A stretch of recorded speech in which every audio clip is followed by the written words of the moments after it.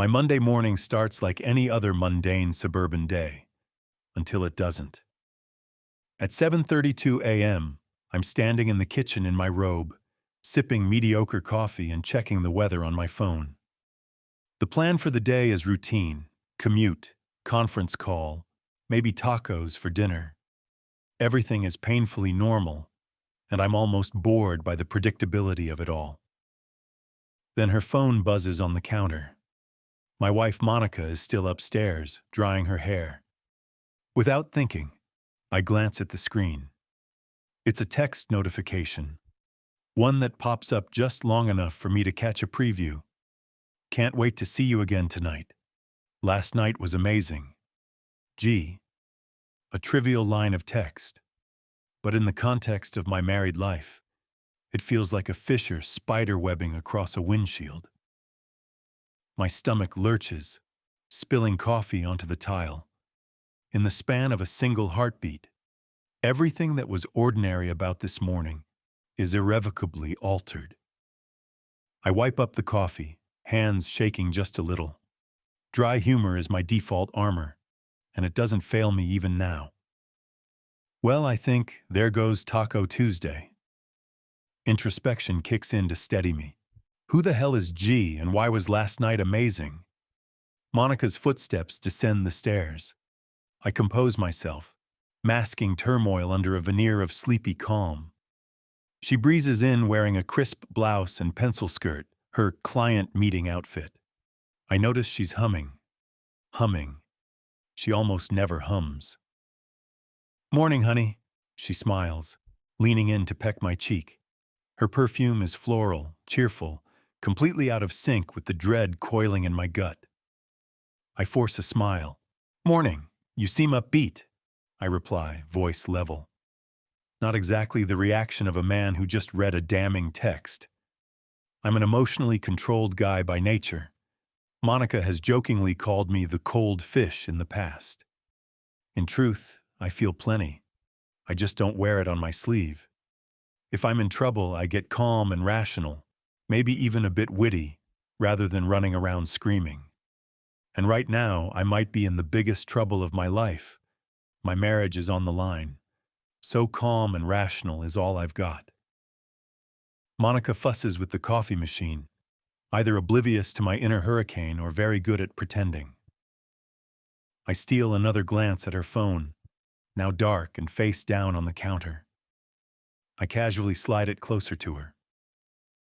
"Your phone went off a minute ago," I say lightly. "Somebody named G texted you." Her reaction is a masterclass in composure. A brief freeze, hardly more than a blink, and then she laughs. "Oh, that's Gina, friend from yoga class. She was just confirming our session tonight." Her tone is breezy, eyes meeting mine with practiced ease. She's lying, I realize. Not because she fumbled, no, she's frighteningly smooth, but because I saw that preview.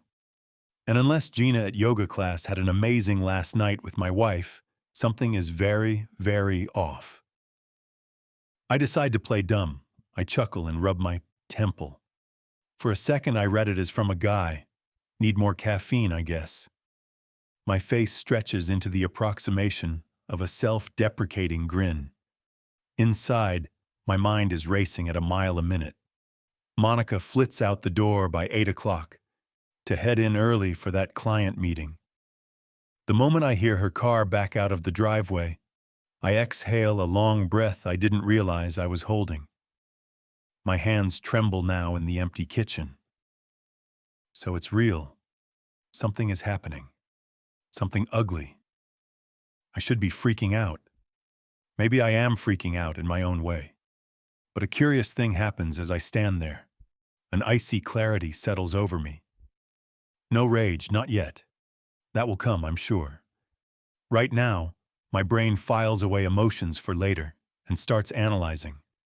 I feel like I've stepped out of myself, observing the cliché scenario unfolding. Husband discovers suspicious text. Suspect's affair. It's almost darkly comedic. Of course, this is happening in a tidy suburban kitchen with the scent of fresh coffee in the air.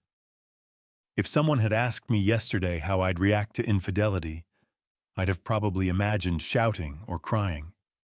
Instead, here I am, oddly calm and already planning. Yes, planning. Because one thing is clear through the mental haze. If Monica is cheating, I'm not going to confront her with a stuttering, teary, "How could you?" and have her spin lies. No, I have leverage most husbands don't. A carefully crafted prenuptial agreement with a fidelity clause. Years ago, at our lawyer's urging and my own cautious instincts, we signed a prenup that explicitly stated if either spouse commits adultery, the other walks away with virtually everything. At the time, Monica had laughed it off. "Sure, Danny, not that it matters. We'll never need this," she said as she signed. I guess it matters now. My path is suddenly stark. Prove her affair beyond any doubt, and that prenup will be my sword and shield. I retreat to my home office instead of leaving for work. Thank God I'm the boss at my firm and can shuffle my schedule on short notice. I close the door, sit at my desk, and let the storm hit in private. For a few minutes, I just feel it. The betrayal. My chest is tight, pulse thudding in my ears. There's a sickening cocktail of anger, hurt, and even humiliation rising in me. Why? Why would she do this? We've been married 7 years, no kids, both working decent jobs. Sure, things had gotten a bit routine. Date nights dwindled, intimacy on autopilot. But I thought we were comfortable, not on the verge of this. A stray thought flits by. Maybe it's my fault. Did I become too boring, too predictable? I shake it off. No, her choice is her choice. If something was wrong, adultery sure wasn't the solution.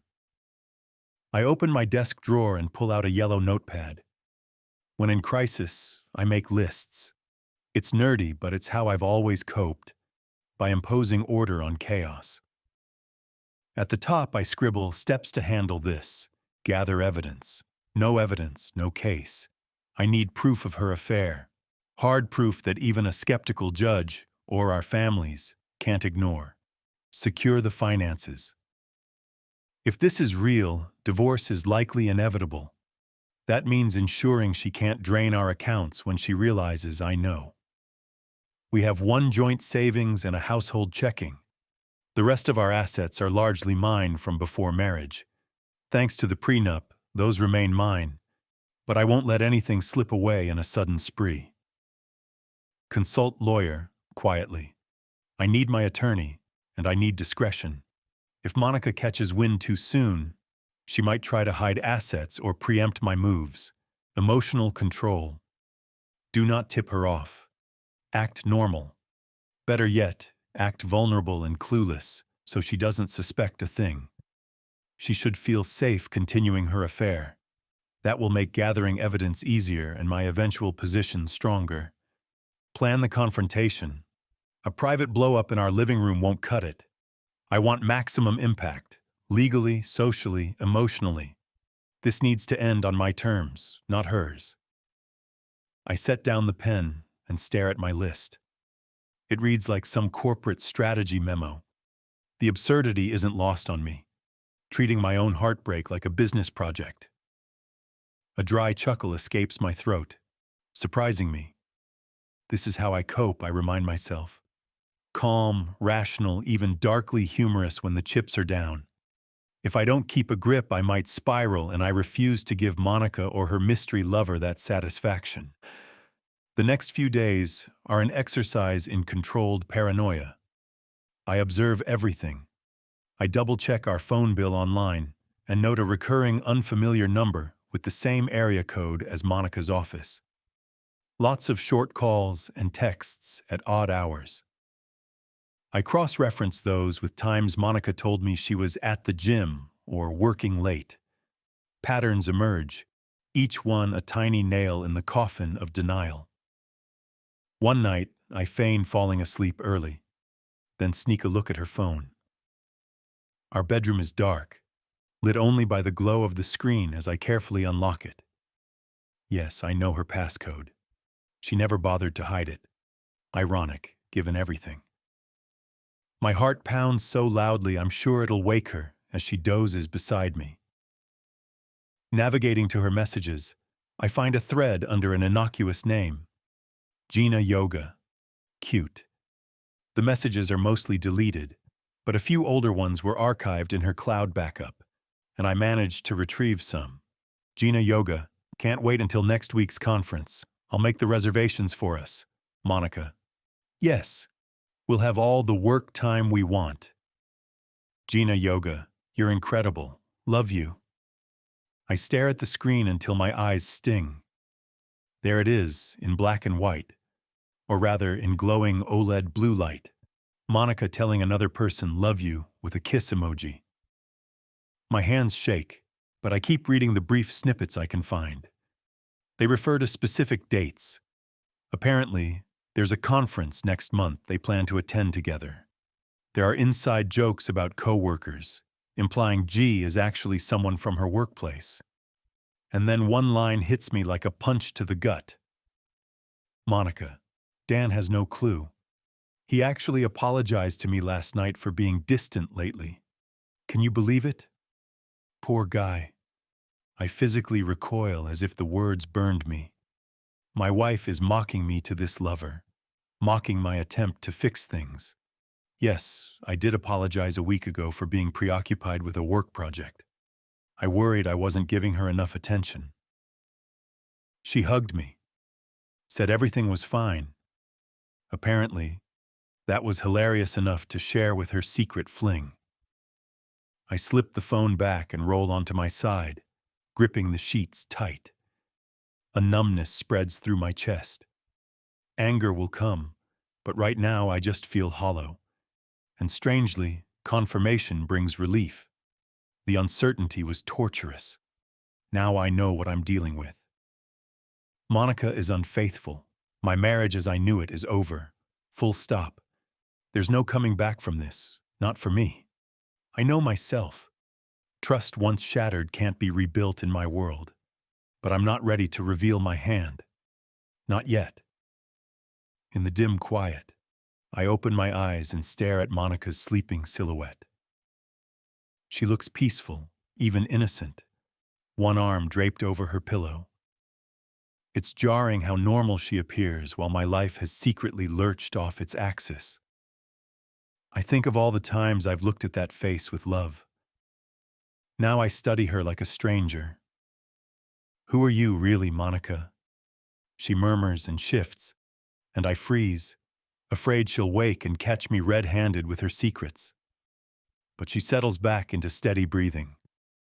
I exhale silently. Catching her was step 1. Step 2 is gathering ammunition for what comes next. The following morning, I call in sick to work, feigning a stomach bug with just the right mix of groans. One perk of rarely taking sick days is that no one questions you when you do. I need the day to get my ducks in a row. First, legal counsel. I ring up Paul, my old friend and our family attorney, the very guy who drafted our prenup. We meet for an early lunch at a quiet diner on the edge of town, far from prying eyes. Paul's usually jovial face turns grave as I quietly lay out the broad strokes. I suspect Monica has violated the infidelity clause. I deliberately understate things as if it's still a suspicion, not a confirmed fact. Rule number 1 of any strategy: never show all your cards, even to your own lawyer, until necessary. Paul whistles low. Dan, I'm sorry. Are you sure? He asks, eyebrows knit in concern. I swirl my coffee, watching the black liquid catch the light. Yeah, I found messages. I'm getting more proof. But it looks bad. Saying it aloud is oddly freeing, like the words separate this new reality from the old. Paul nods, then gets down to business. We review the prenup terms quietly over our sandwiches. The infidelity clause is indeed clear. If a spouse cheats, the other is entitled to 100% of marital property, and assets remain as premarital ownership dictates. In plain English, If I prove she cheated, Monica walks away with nothing but her personal belongings and whatever individual savings income she's set aside. Given I was always the higher earner and our house and investments are in my name, that clause hits like a sledgehammer. Here's the key, Paul says, adjusting his glasses. You need evidence that would hold up, at least enough to scare her off from contesting. Photos, emails, something concrete. She could try to claim the prenup clause is invalid if we only have hearsay. But if you have her dead to rights, she'll likely fold. I nod. Understood. Evidence, evidence, evidence. My life for the foreseeable future is now a covert operation to surveil my own wife. Lovely. Paul lowers his voice. Also, move some money if you can, just in case. Half of anything jointly held, as a precaution. He gives me a pointed look, clearly having handled messy divorces before. I already thought of that, I reply. In truth, before meeting him, I'd already logged into our joint savings account and transferred 50% to an account in my name only. Not a dollar more or less. Just what's mine to protect, leaving her share intact for now. I don't believe Monica would financially wipe me out. It's not like we have millions sitting liquid. But then again, I didn't think she'd cheat either. Better paranoid than penniless. Walking out of the diner, I feel oddly energized. A plan is forming, and having Paul in my corner solidifies it. He'll quietly draft divorce papers and a separation agreement that we can whip out when the time comes. And he advises me to keep mum and keep gathering evidence in the meantime. The longer you can play it cool, the better your position, he says. Right. Play it cool. My specialty, apparently. Next, evidence collection. I'm tech-savvy enough, but this situation calls for professional help. I remember a conversation at a neighborhood barbecue with a guy named Colin who mentioned he's a private investigator, mostly insurance fraud cases, but infidelity is probably bread and butter for PIs. I dig out Colin's card and give him a call from my car, parked in an anonymous strip mall far from home. Within an hour, I'm sitting in Colin's unremarkable office, flipping through the photos on my phone to show him the text messages I found. He glances at them and nods. Piece of cake to get more, if she's meeting this guy regularly, he says confidently. We formulate a plan. Monica has her yoga every Wednesday night and occasionally claims weekend girls' nights, which now reek of rendezvous. I'll feed him the times and any travel info I glean. He'll do the tailing and photographing. If her lover is who I suspect, someone from work, possibly a boss or colleague, given the conference mention, Colin might snag shots of them together after hours or entering a hotel. He even suggests he could put a GPS tracker under her car. I feel a twinge of guilt. This is my wife I'm spying on, a woman I once trusted with my life. But then I recall the derisive tone of her text. Poor guy. The hurt transforms into resolve. She made these choices. I'm just documenting them. Before I leave, I hand Colin a small envelope of cash as a retainer. He assures me I'll have something usable within a week or two, tops. Cheaters slip up because they get comfortable, he muses, especially if they think the spouse is clueless. I allow myself a thin smile. Oh, I plan to encourage her comfort, I say. That leads to the final piece of preparation. Alliances. Do I confront this alone? Or do I involve someone else who has as much to lose from this affair as I do? Namely, the lover's spouse, if one exists. Those texts said, "love you," and referenced a conference. Maybe the guy is married and planning to travel with Monica as if it's work. If so, his wife could be an ally. I recall Monica's office holiday party last year. She introduced me to one of her senior managers, Greg, and his wife, Kate. Greg is mid-40s, charming in that slick corporate way, too white-toothed of a smile, a little heavy on the cologne. I remember he complimented Monica's dress a bit too warmly while Kate was getting us drinks. At the time, I thought nothing of it, just Greg being a flirt. Now I'm not so sure. Could Greg be G? It fits. Same initial, same work setting. And conveniently, Greg would be attending that big marketing conference in Chicago next month. Monica had mentioned her whole team was going.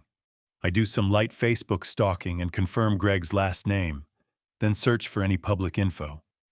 His profile is locked down, but Kate's isn't. Scrolling her feed, I gather they have no kids, married 5 years. There's a recent photo of the two of them smiling at some charity gala. They look like the picture of a happy power couple. So did Monica and I suppose, until a few days ago. I chew the inside of my cheek, debating whether to reach out to Kate. It feels messy and premature to drag another person into this. Yet, if our spouses are sneaking around, she deserves to know. More cynically, she could hold critical information and a motivation to join forces. 2 jilted spouses can coordinate a hell of a takedown better than one. In the end, I decide to wait for the PI's evidence before contacting her. Dropping a bomb on Kate with only text screenshots in hand could lead to unpredictable fallout. Maybe she'd confront Greg immediately, tipping off Monica. No, best to have the full deck of cards and a plan for how to play them first. For now, I focus on playing my role, the oblivious, loving husband, or maybe even the insecure, trying too hard husband, the one Monica thinks she's deceiving. If she believes I'm still in the dark, and even feeling guilty for neglecting her lately, she'll continue on her merry way, giving Colin the opportunities he needs. That night, I put on an Oscar-worthy performance. I ask Monica if she wants to go out for dinner, just a random midweek treat. She arches an eyebrow in mild surprise. Such spontaneity is unlike me, which is exactly why I do it. Keep her off balance, in a way that flatters her.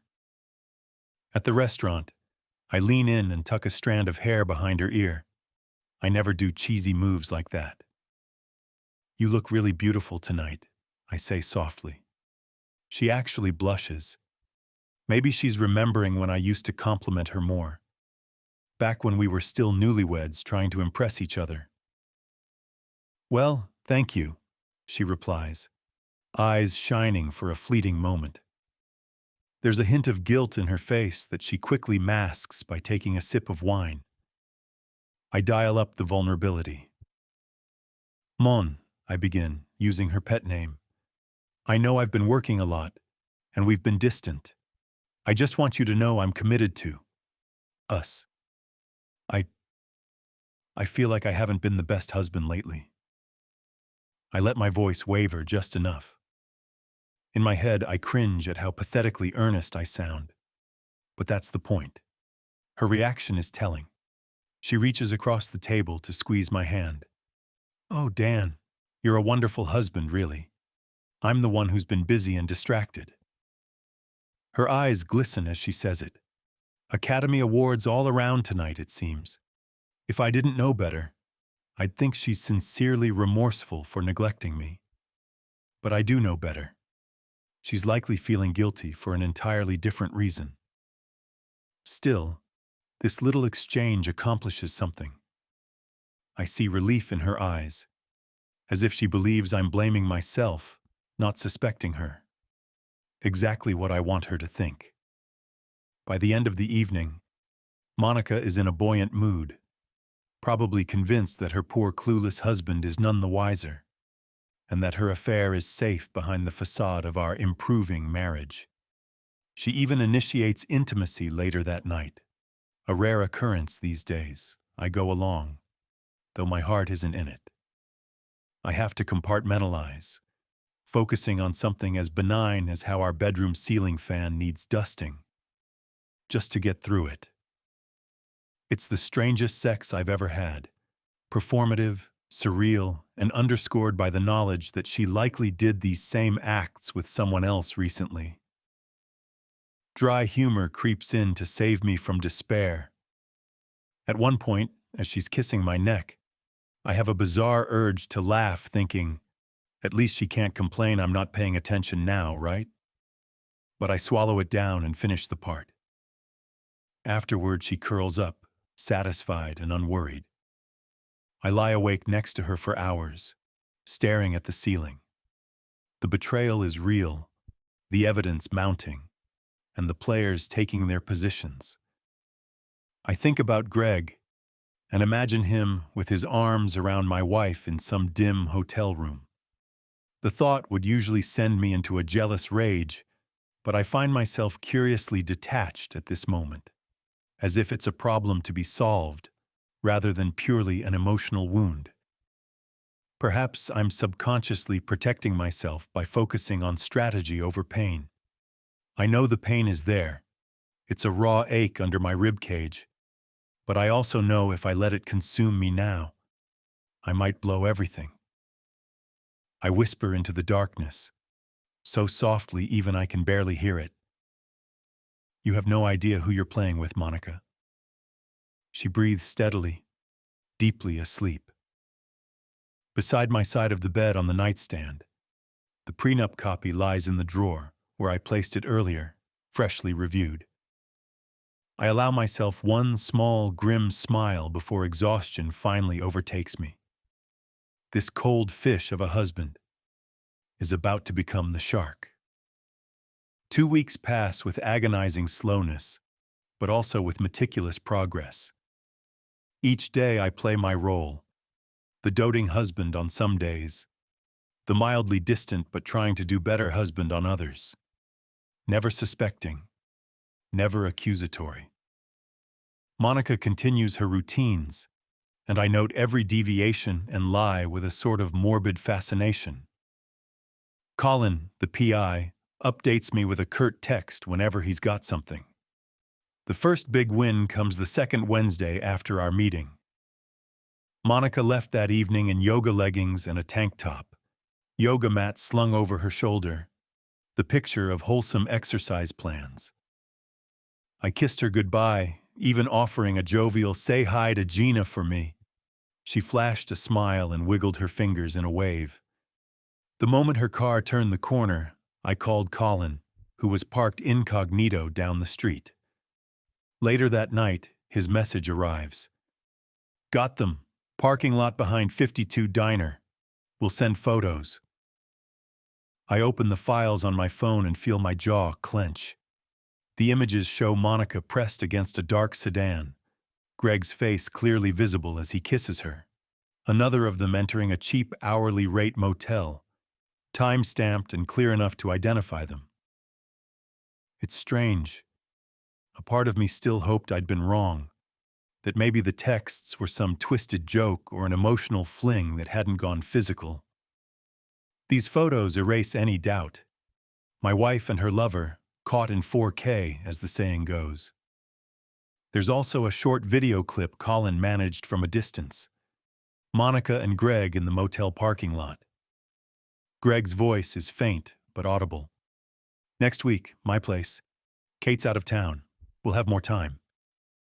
Monica answers, can't wait. Love you. I pause the video and close my eyes, taking a slow breath. Hearing her say, love you to him, hearing this man arrange their next tryst while his own wife is away, it ignites something new in me. Anger, yes, but more than that. A sense of purpose. These two aren't just cheating. They're comfortable, complacent. They think they have everything under control.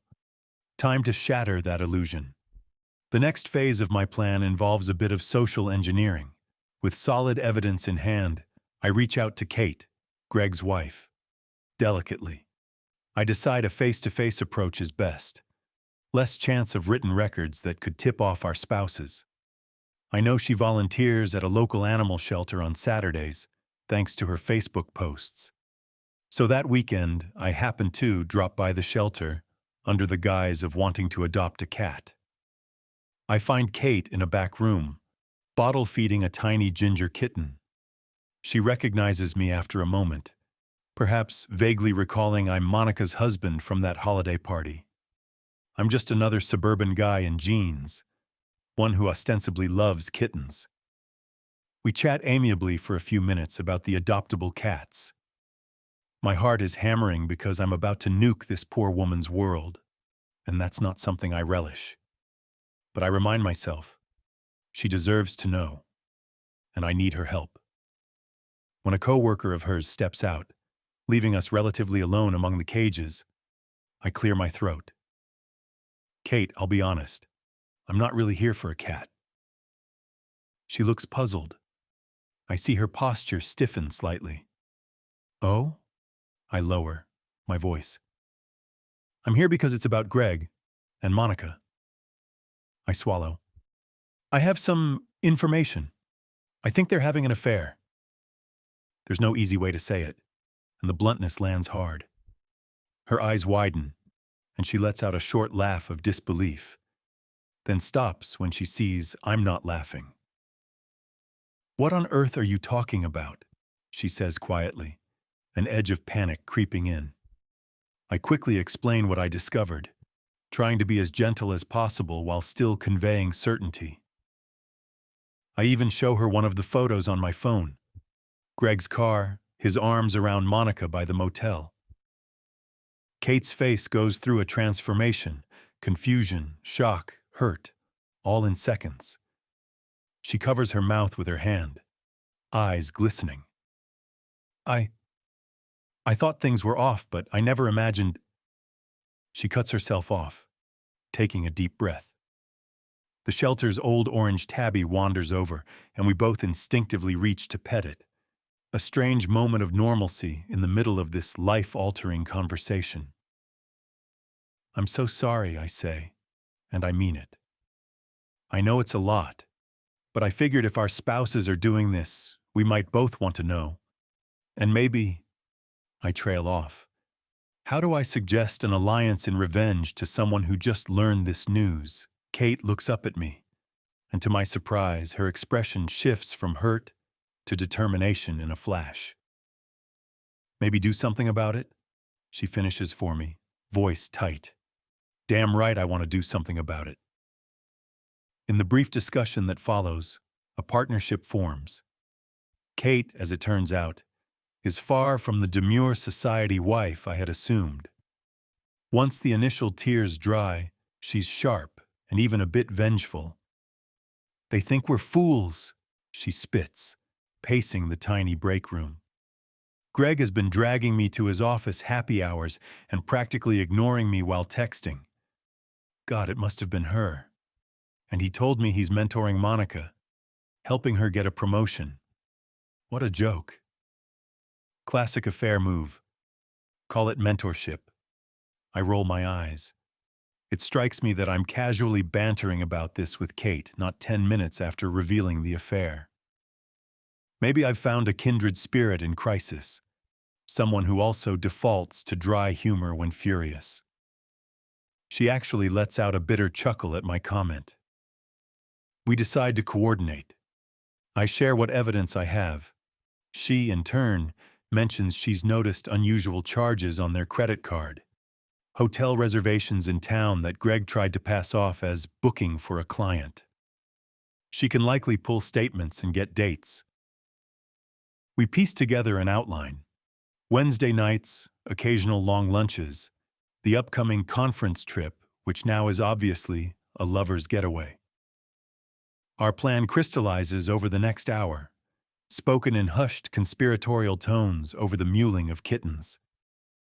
We will let the illicit couple proceed with their little conference as planned, which is just a week away now.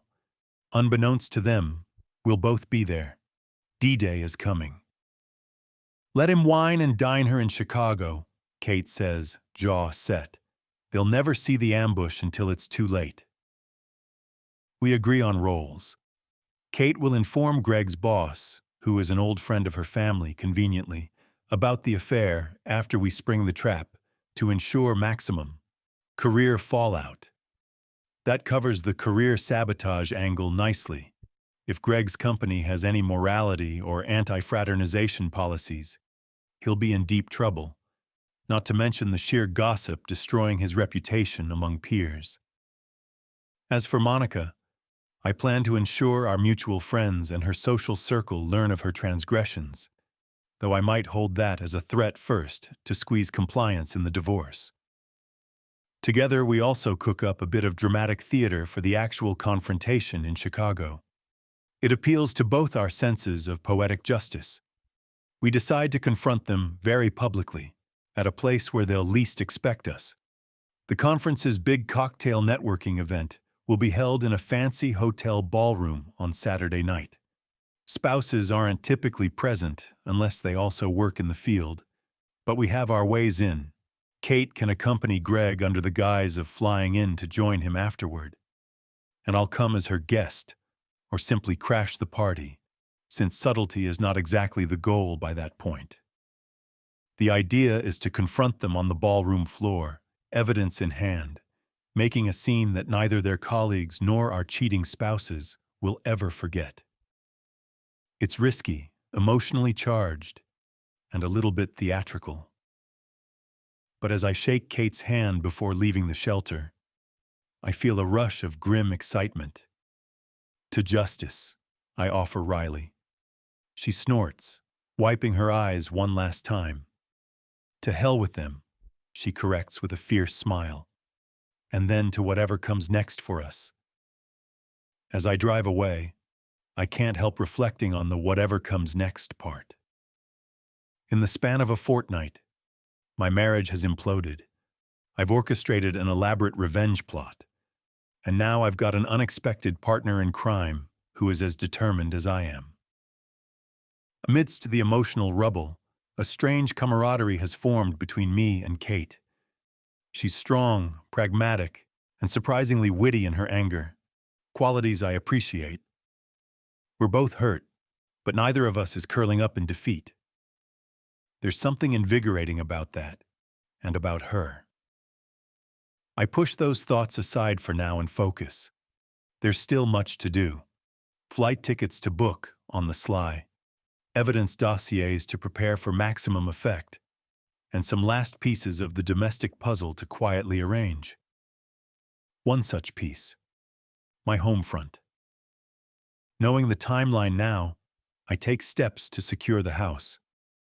I move half of our remaining joint checking funds to my personal account, pay off the credit card so she can't run it up on a post-reveal spree, and have my payroll diverted to a solo account exclusively. The financial separation is basically done in practice, even if legally the divorce hasn't started. I also stash away anything sentimental or valuable to me. Family heirlooms, my grandfather's watch, things Monica might maliciously take or destroy if enraged. I doubt she'd go that far, but again, I also doubted she'd cheat. Interestingly, Monica seems more attentive to me as the conference trip nears. Perhaps our dinner and my gentle guilt-tripping worked too well. She's laying it on thick about how sad she is that I can't join her on this work trip. How she'll miss me. It's nearly nauseating in its duplicity. But I smile and say, "Me too, babe. But hey, maybe next time." The night before she leaves, she is actually tearful, saying she feels bad going away when I've been so sweet lately. I just hold her and say all the right things like, "Don't worry, you deserve a little break, enjoy it." She has no idea those might be the last comforting words I ever say to her. In a twisted way, I think she might actually care about not hurting me. Just not enough to stop what she's doing. Cognitive dissonance is one hell of a drug. I barely sleep that night. I lie next to Monica, listening to her breathing, and I feel like a stranger in my own bed. A restless energy courses through me. Part of it is anger, yes, but part is anticipation. Tomorrow, Monica leaves for her conference with her lover. The day after tomorrow, Kate and I will be there, ready to drop the curtain on their little play.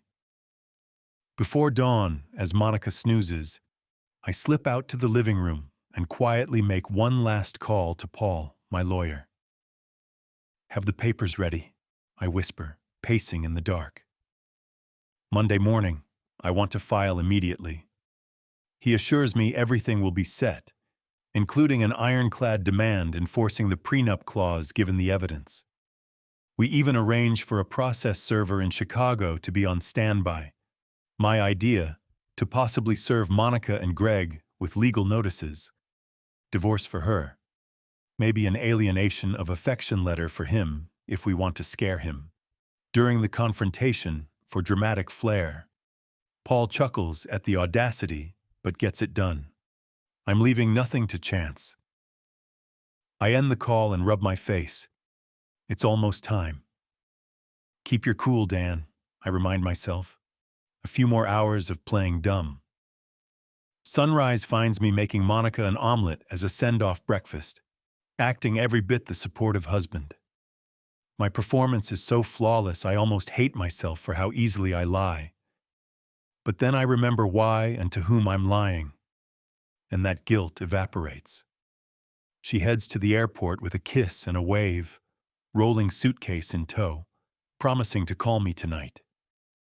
As soon as her car service turns the corner, I feel an incredible lightness.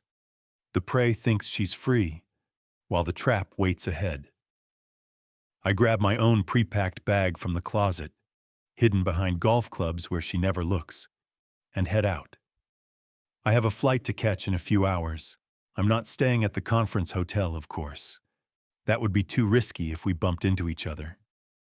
Instead, I've booked a room in a boutique hotel nearby, where Kate already is checked in as well. On the plane, I review everything for the 100th time. The envelope in my carry-on holds printouts of Monica's incriminating texts and Colin's photos. On my phone, I have the video queued up. Kate similarly carries evidence of Greg's misdeeds, including those credit card charges and some damning emails between him and Monica she managed to pull from his iCloud. Turns out Greg was sloppy with his passwords. Kate found a trove of steamy exchanges.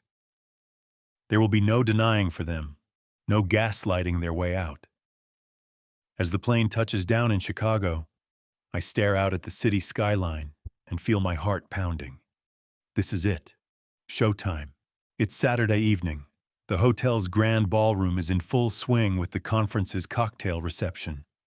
Through a crack in the heavy double doors, I can see clusters of professionals in suits and dresses, name badges glinting, sipping champagne and exchanging small talk about market trends and quarterly projections. Among them somewhere are my wife and her lover, probably thinking this is the perfect romantic weekend, blending in with colleagues by day and indulging in their affair by night. They have no clue what's coming. I step back from the door and exchange a glance with Kate, who's standing beside me in the hallway. She looks stunning and composed in a sleek black dress, the picture of elegance. Only her clenched jaw betrays her tension. My own pulse is racing, but outwardly I'm calm, running a finger under the collar of my dress shirt. We're both wired with adrenaline. "You ready for this?" I murmur. She nods sharply. "Let's burn it down." According to our intel, courtesy of a discreet text from one of Kate's friends who works in the same company and is inside, Greg and Monica are indeed in there, likely together near the bar area.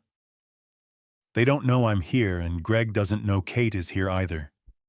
She told him her flight got canceled and she wouldn't make it after all. In reality, she arrived yesterday and stayed out of sight. Kate takes a deep breath and pushes open one of the ballroom doors.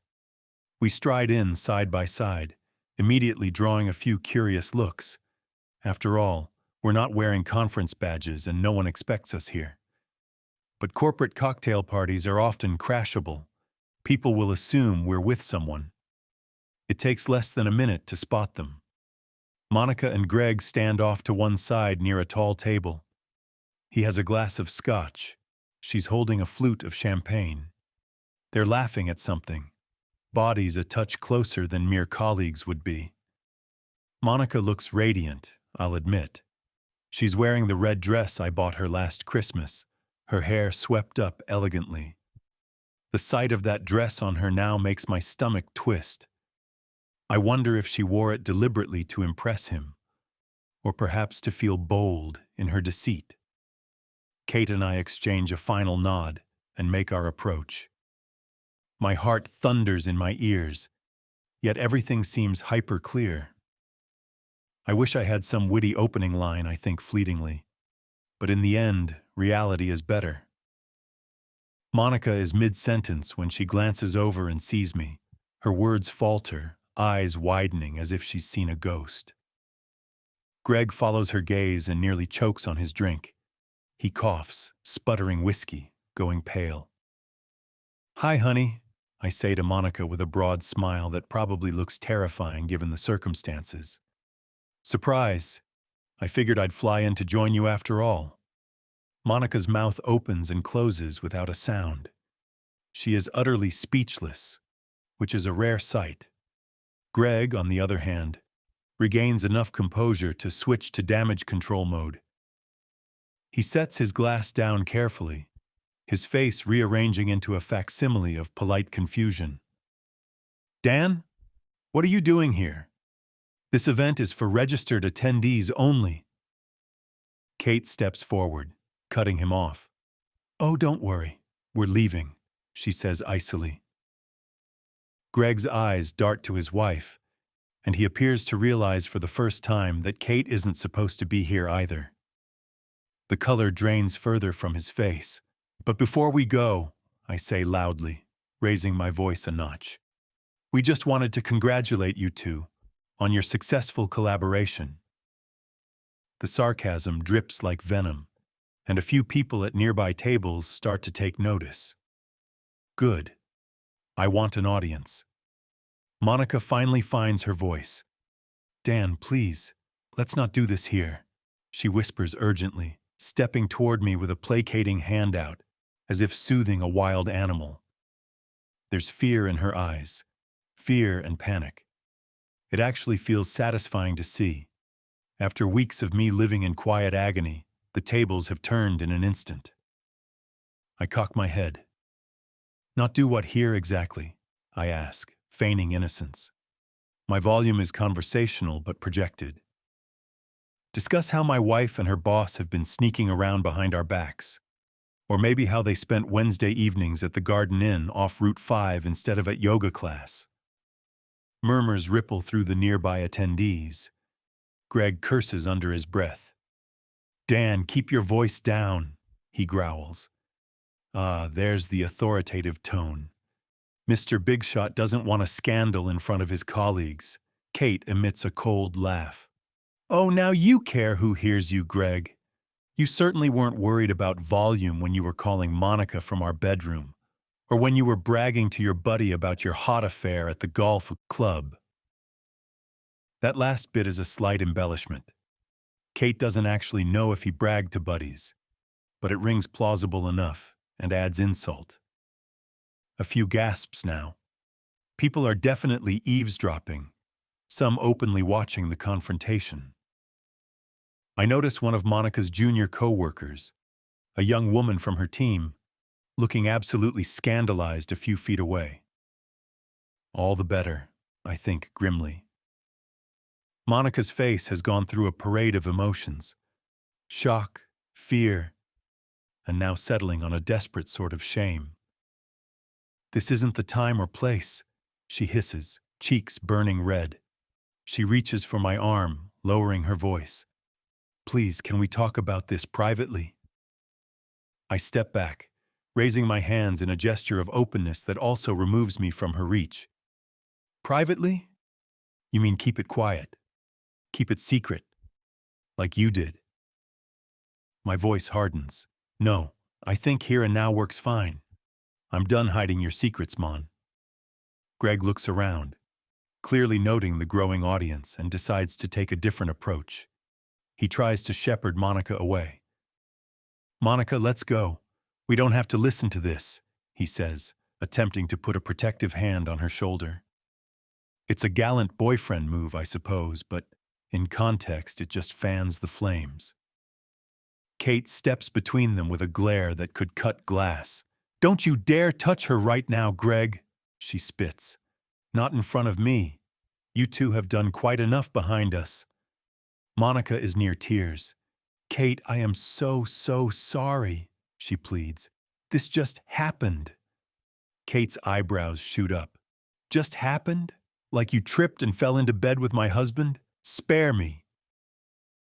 At this point, a hotel security person or event organizer has noticed the commotion and approaches tentatively. Greg seizes on that, turning to the man. "Everything's fine here, just a personal matter. We'll take it outside." He's trying to escape. Not a chance. I gently intercept the staffer myself. "Actually, I think we're just leaving," I assure him calmly. Then I raise my voice further to address the whole room, or at least those now watching, which is a good number. "But before we do, I have something to share with all of you." I glance around, a polite host about to give a toast. My heart is hammering, but I project my voice steady and clear. I see Monica's eyes widen again. She knows me well enough to fear what I might say or do next. I hold up my phone, tapping to cast to the portable mini projector I'd tucked in my pocket. Yes, I came prepared. Call it overkill. But I wasn't going to squander the public scene portion of Revenge due to technical difficulties. The projector connects to the ballroom's presentation screen at the front of the room. Thankfully, they'd left it plugged in and on. Suddenly, behind me, 20 square feet of wall lights up with an image. A photo of Monica and Greg in an intimate kiss by his car, date and timestamp at the bottom. There are outright gasps now. Someone at a table actually drops their glass. I hear it shatter. Monica emits a strangled cry. Greg lunges toward me, furious. "Turn that off!" He actually grabs my lapel, which, let's be honest, is a mistake on his part. I haven't thrown a punch since college, but right now I have both the righteous rage and a wonderful justification. I shove him back hard, freeing myself, and coldly say, "Keep your hands off me, Greg, or I will lay you out flat in front of everyone." My tone leaves no doubt I mean it, and I probably would. One swing to break his nose might be cathartic. But I restrain. Legal revenge, Dan, not assault. Greg, sensing he's moments from losing the last shred of dignity, decides not to press his luck physically. Instead, he tries for authority. "This is a gross invasion of privacy," he barks. "Daniel, you're not even a part of this event. I'll have security." I cut him off, voice dripping with faux politeness, loud enough for all. "You know what's a gross invasion, Greg? Sleeping with someone's wife. Or from another perspective," I gesture toward Kate, "someone's husband. But sure, call security. Maybe they can escort you and Monica up to your shared suite. I believe you booked the honeymoon package. Nice touch." That detail was courtesy of Kate, who'd found a confirmation email. The crowd is loving this in a horrified way. I see phones out, people recording or texting furiously. The scandal is exploding in real time. Monica bursts into tears now, whether from regret, humiliation, or anger, I can't tell. Maybe all. "Please stop," she sobs, face in her hands. I gaze at her crying form and feel a pang somewhere deep. 7 years I've loved this woman, and seeing her broken usually would break me. But I remind myself that these tears are the product of her actions, and that I've shed plenty in private already. It steels me. Kate steps beside me and addresses Monica, not unkindly, but firmly. Monica, I think it's time you go home. And by home, I mean not with my husband. Perhaps a friend's couch, because I suspect Dan here won't be welcoming you back. Monica lifts her tear-streaked face to look at me, trembling. Dan, please. Can we just go somewhere and talk? I take a long look at her. Even now, disheveled and tearful, she has a part of my heart. How could she not? But I recall the text where she mocked me, the lies, the betrayal. I bite back any softness. Monica, I say evenly, the time for talking was before you slept with another man. Or the first time or the 10th, not now. She crumples, understanding at last that I'm truly done. Greg tries one more tactic. He puts an arm around Monica as if to comfort her, and maybe stake a claim. Then he looks at Kate, attempting a placating tone. Kate, let's handle this like adults. We'll leave the event. We can discuss this privately. No need to destroy both of our careers over a personal mistake. Kate's eyes flash. Mistake? Her voice is quiet and deadly. A mistake is forgetting our anniversary, Greg. You made choices, and consequences are here. Almost on cue, I see an older gentleman in a suit hurriedly enter the room.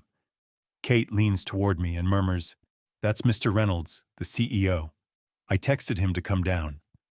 Ah, the final nail for Greg's career. Reynolds approaches, confused and concerned. Greg stiffens.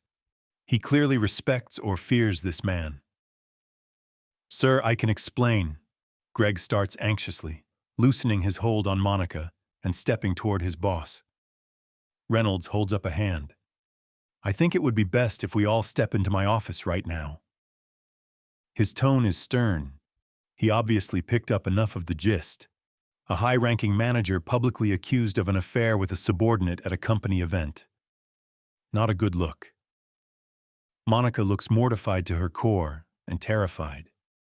She's likely thinking of her own job too.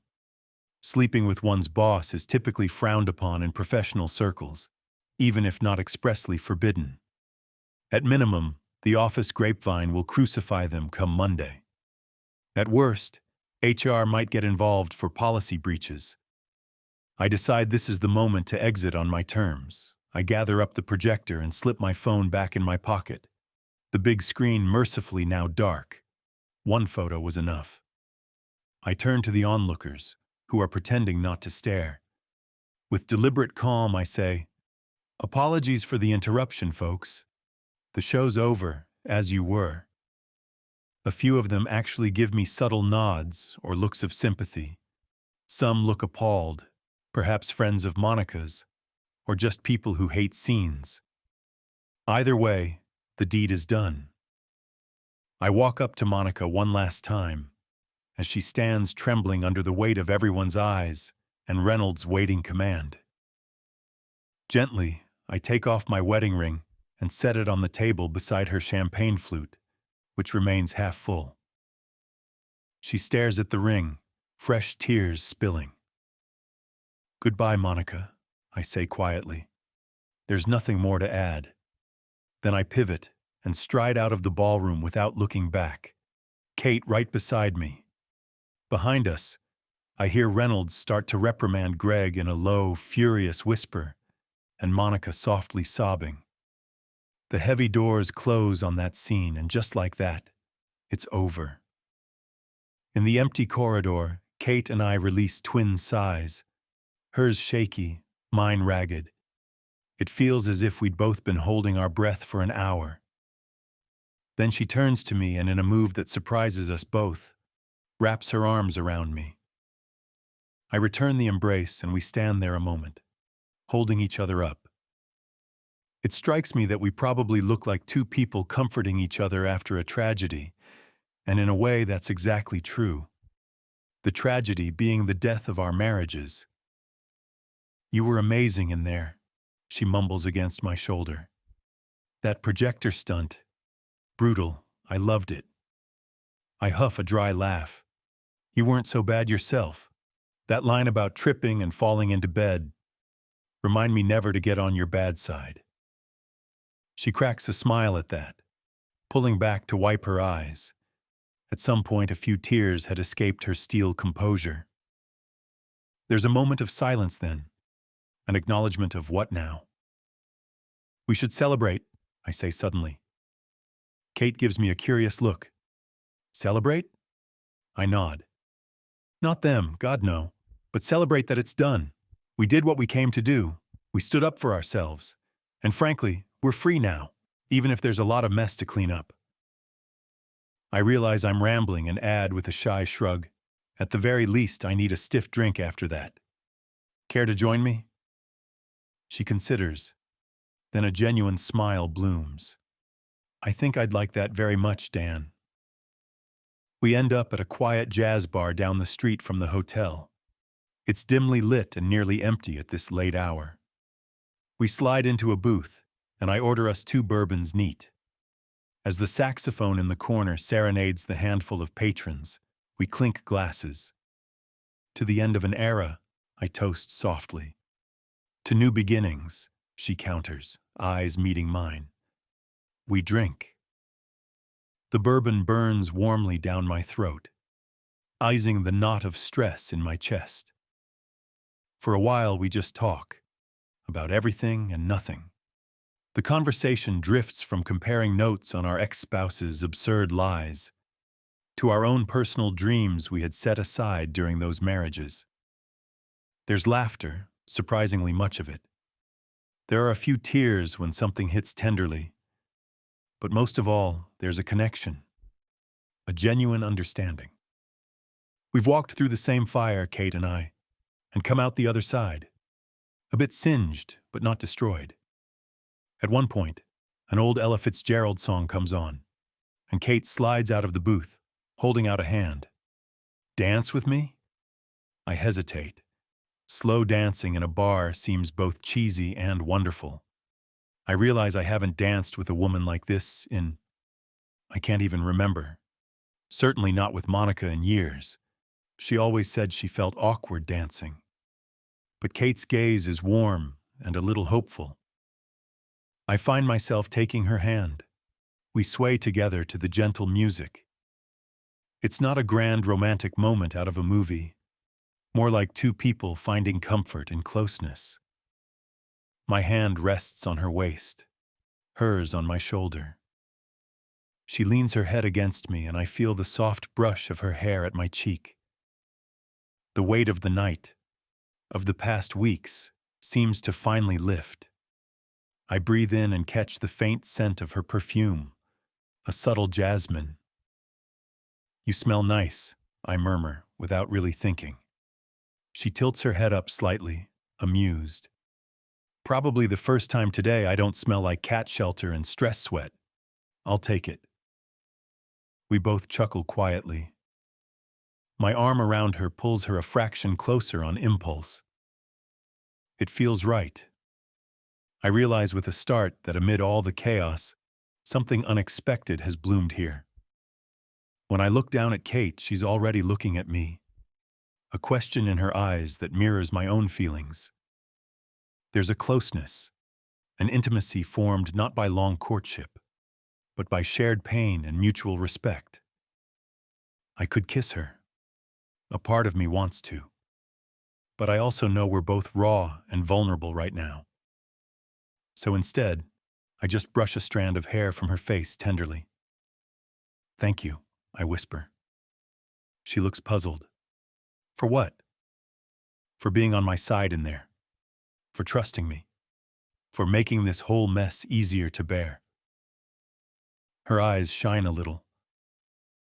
Thank you for telling me the truth. I would have stayed in the dark, being the oblivious, doting wife who knows how long. She pauses, then adds with a hint of that dry humor I'm growing fond of. And thank you for not being an axe murderer, I guess. Meeting a near stranger to plot revenge could have gone badly. I laugh, a real genuine laugh. It feels foreign and fantastic. Likewise, all things considered, we lucked out in the revenge partner department. The song finishes and we return to our booth. The bar is closing soon, and we've probably had just enough bourbon to make emotional honesty come easier. Before we part for the night, Kate reaches across the table and takes my hand. Dan, I don't know what the future holds. This has been the worst and strangest time of my life. She gives a small smile, but meeting you, despite the circumstances, has been unexpectedly good. I squeeze her hand. I feel the same. Very much. She bites her lip, then continues. When we're back home, after the divorces and dust settle, maybe we could, I don't know, have dinner? As two people who aren't plotting anything except maybe where to get good pizza? I realize I'm grinning like an idiot. I'd like that. A lot. Then gently I add, there's no rush though. We'll have time. I say it, in part, to reassure both of us that this isn't just some adrenaline-fueled fling born from drama. There's something real here, I sense it, but it doesn't need to be forced. Kate seems to understand. She nods. Time, yes. Outside the bar, under the city streetlights, we hug one more time. It's lingering and warm. I press a light kiss to her cheek, and she surprises me by turning her head and briefly catching the corner of my lips with hers. It's a feather-light, uncertain little kiss. The first tentative step into a new territory. We both smile, hearts fluttering like teenagers. Good night, Kate.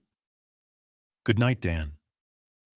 Back home in the suburbs, the fallout from the affair comes fast and merciless, exactly as intended.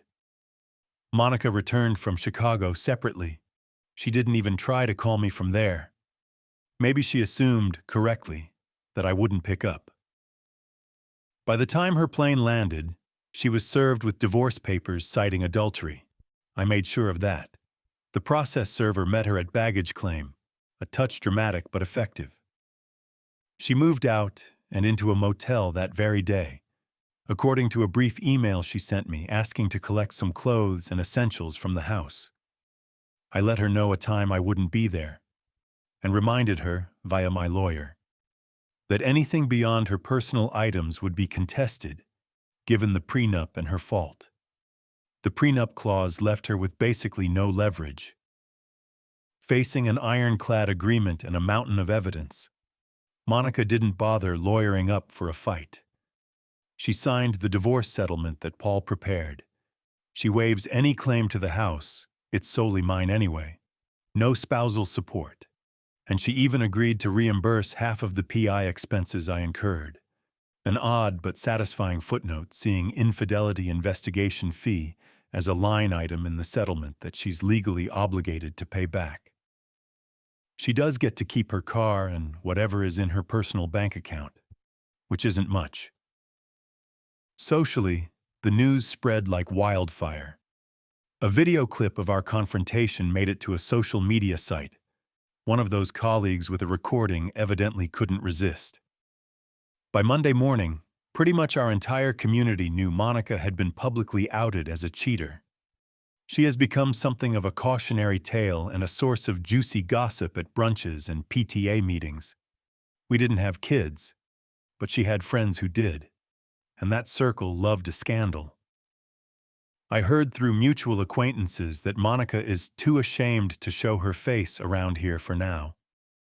She's staying somewhere across town, possibly with a cousin. Frankly, I couldn't care less. Her parents, who treated me like a son, were devastated by her actions. I actually received an apologetic phone call from her father, a stern retired Army colonel, who said he raised her better than that, and that he was ashamed. I found myself consoling him, assuring him that sometimes good people do bad things, and that he shouldn't blame himself. Imagine that. Me comforting her father about her affair. Life is strange. At work, Monica took a leave of absence, or maybe was forced to. Officially, I'm not privy to it, but an ex-colleague of hers told me HR was investigating possible misconduct because of the boss-subordinate nature of the relationship. At best, she'd be transferred or demoted, at worst, let go. And Greg? He was effectively forced to resign to avoid a formal inquiry. Kate's talk with the CEO sealed that.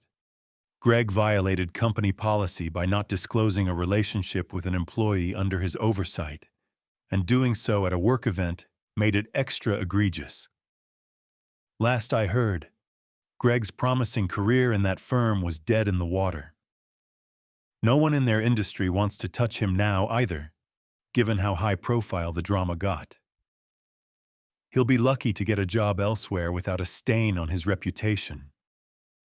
At home, I was prepared for possibly some dramatic confrontation with Monica, some begging, some fighting, something. But it never came. She did try to call me a couple of times in the week after, presumably to apologize or explain, but I let those go to voicemail. Her voicemails were tearful, saying she was sorry that she messed up, that she still loves me and regrets it. I listened once, with a kind of detached melancholy, and then deleted them. Perhaps it's cruel, but I just didn't want to engage. She made her choices. I made mine. There's nothing left to talk about that our lawyers haven't. In an odd twist, it was me who ended up sitting calmly at couples therapy a month later, but with Greg and Monica across the table. Not for reconciliation, God no. It was a session orchestrated by one of Monica's friends who thought it might give closure if we all hashed it out with a therapist present. I think Monica desperately wanted a chance to apologize to both Kate and me in person without us walking out. And Kate, ever pragmatic, thought hearing their feeble rationalizations might help us both truly move on. So one evening, we found ourselves in a bland therapist's office, Monica and Greg looking uncomfortable on one couch, me and Kate on another, and a neutral therapist in an armchair. It was surreal, to say the least. Monica did most of the talking on their side. She wept and said she was sorry for betraying and hurting me, that I didn't deserve it. She admitted the affair was entirely her fault. She didn't blame me or anything lacking in our marriage, though I suspect she'd gone through mental gymnastics to justify it while it was happening. She at least didn't insult me by voicing them now. She said she never meant to fall in love with Greg, that it started as a work friendship that crossed lines, and then she felt trapped in lies. It sounded rehearsed, but perhaps it was sincere. Hard to tell. I mostly listened quietly. Greg spoke haltingly about how he and Monica just clicked, and he was unhappy in his marriage. Kate rolled her eyes at that. He mumbled an apology to Kate, which she coolly accepted with a nod, no more. It was clear he was more sorry about consequences than the act. I didn't expect otherwise. When the therapist prompted me for my feelings, I simply said something like, "I appreciate the apologies. I accept them to the extent that I won't carry hatred around. But I also won't forget what happened. What you two did blew up multiple lives. That's on you. I hope you learn from it." It wasn't poetic or particularly incisive, but it was honest. Monica sobbed harder at that. Greg just looked down. Kate's turn came and she delivered a quietly brutal little speech. She told Greg that he had dishonored their marriage, that she had loved him, and he repaid it with deceit. She told Monica that as a woman, she was appalled at how she not only had an affair with a married man, but laughed at her own husband behind his back. "It will take a long time for me not to be angry when I think of you both," she said, voice steady. "But I will get past it, because I refuse to let your actions define my happiness." I almost wanted to applaud. The therapist did the whole closure ritual, everyone saying something they learned, etc. I won't lie, The session did help in a way. I walked out of there feeling lighter, maybe seeing them as two flawed, pathetic people rather than larger-than-life villains took away some of their power over me. Monica looked small and broken. I realized I have no desire to punish her further. Life will do that on its own. She's lost her husband, her standing, maybe her job. That's enough. Outside the office, as we parted ways, Monica turned to me one last time, eyes red and imploring, and asked, "Do you think you'll ever forgive me, Dan?" I thought about it. Maybe someday, not today. She accepted that, nodded, then quietly said, "I hope you'll be happy." It sounded genuine. Despite everything, I found myself saying softly, "I hope you will too." It might have been more mercy than she deserved, but it's true. Harboring ill will forever only poisons me, not just her. And thus ended my final interaction with my now ex-wife. Spring comes, as it always does, with an air of renewal. Legally, I'm a free man. Our divorce finalized faster than I expected. When one side doesn't contest, it's amazing how quick it goes. Emotionally, I feel okay. Some days are harder than others. There are mornings I wake up, and for a split second expect to feel Monica next to me, and then I remember. That pang is fading with each passing week, though.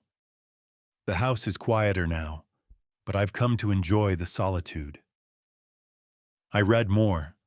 I reclaimed the dining room as an impromptu art studio for a painting hobby I'd abandoned. Friends have been supportive. No one treats me with pity. More like admiration that I handled it with panache. The viral video of my presentation helped. Some have even dubbed it the prenup PowerPoint in dark jest. And then there's Kate. True to our word, we took things slow. In the first couple of months after the showdown, we met up a few times, sometimes to swap updates on legal stuff, under the guise of that at least. But inevitably, those meetings would turn into long walks or dinners, where talk of them drifted away, and we just enjoyed each other's company. It felt natural, unpressured. One sunny afternoon, we found ourselves at the local park's spring festival, purely as friends, or so we kept saying. We wandered among the craft booths, drank lemonade, even rode the Ferris wheel. At the top, as we overlooked the budding trees and heard children laughing below, I glanced at Kate and realized I hadn't thought about Monica or Greg once all day. My heart was light. Kate caught me looking and smiled in that warm way that lights up her hazel eyes, and at that moment I couldn't resist any longer. I leaned in and kissed her, a real intentional kiss, not a tentative brush. She responded immediately, a soft exhale and her hand finding mine. When we parted, both slightly breathless, she laughed softly. "I was wondering when you'd finally do that." "Sorry to keep you waiting," I murmured, resting my forehead against hers. Her fingers intertwined with mine. "Worth the wait." Since then, we've been together, quietly at first, but now with growing confidence. It's still new, but it feels steady, built on a foundation of understanding and respect forged in adversity. There's an ease to being with Kate that I hadn't realized was missing in my previous marriage. The way she listens, the way we can sit in comfortable silence or tease each other, and it all feels right. It's not some fairy tale happily ever after. We both carry scars, and we're careful with each other because of them. But it is happy. One evening, we cooked dinner at my house. Well, I cook, she supervises while sipping wine. As I fumble with a particularly stubborn jar, she smirks. "Need help? I have pretty strong grip, you know." I feign offense. "I've got it. I've got it." I do not got it. The jar is winning. She steps over, places her hand on mine over the jar lid, and together we pop it open with a comical pop. We cheer like we've won a championship, laughing. Music plays softly from the speaker, one of her favorite jazz albums. Kate sways a bit to the melody, and grinning, I pull her into a spontaneous dance right there in the kitchen. She laughs, eyes shining. We're getting good at this, dancing through chaos. I spin her gently and reply, the chaos is mostly behind us now. What's left is just life, possibly better than before. She wraps her arms around my neck. Definitely better, she whispers, and kisses me sweetly. In that humble kitchen, with the aroma of pasta in the air and the twilight filtering through the window, I close my eyes and revel in the moment. This is victory, I realize. Not the loud triumph of downfall I once craved, though I certainly got that too, but the quieter win of personal peace and a hopeful future. Monica and Greg are chapters firmly closed, lessons learned and left in the past. I've emerged not only legally and financially unscathed, even improved, since I rid myself of a partner who didn't truly value me, but also emotionally intact. Scarred, yes, but those scars remind me of what I survived and what I won't tolerate again. As for Kate and me, our story is still being written, one day at a time. Maybe it began in an unlikely, even dark way, but perhaps that gave it a depth and authenticity that typical romances lack. We saw each other at our worst, and now we're helping each other be our best. I dip Kate as the song ends, making her giggle. When I bring her back up, she's beaming. Mr. Coldfish has moves, she teases, referencing the nickname Monica once gave me for my calm demeanor. I chuckle. Careful, or I'll show you just how cold I can be. I might not share the tiramisu with you later. She gasps in mock horror. You wouldn't dare. We end up sharing everything, of course. The dessert, our stories, the comfortable silence of the evening.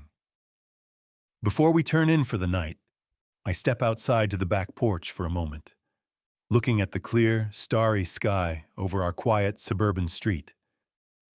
It's the same porch where weeks ago I stood in anguish, suspecting my life was falling apart. Now, I feel a gentle arm slide around my waist, Kate coming to join me, resting her head on my shoulder as we gaze at the constellations. Penny for your thoughts? She asks softly. I think for a second. Just feeling content, grateful. I turn to kiss her forehead, and maybe a little surprised how things turned out. She nods, understanding. Surprised in a good way, I hope. In the best way, I reply. We stand there quietly for a while. I know there will be challenges ahead. Life is never without them. But I also know I have the strength and savvy to face them, and someone by my side who truly cares. As we head in hand, I flip off the porch light and lock the door. This chapter is closed. A new one begins. No lies, no secrets. Just an open road ahead for the suburban husband who refused to be anybody's fool. I've learned that revenge, in the end, isn't about destroying others. It's about reclaiming yourself. And as I close my eyes tonight, Kate's steady breathing next to me, I know I've done exactly that. My world fell apart, and I built a better one from the pieces. In the quiet of my heart, I find something unexpected and beautiful, peace.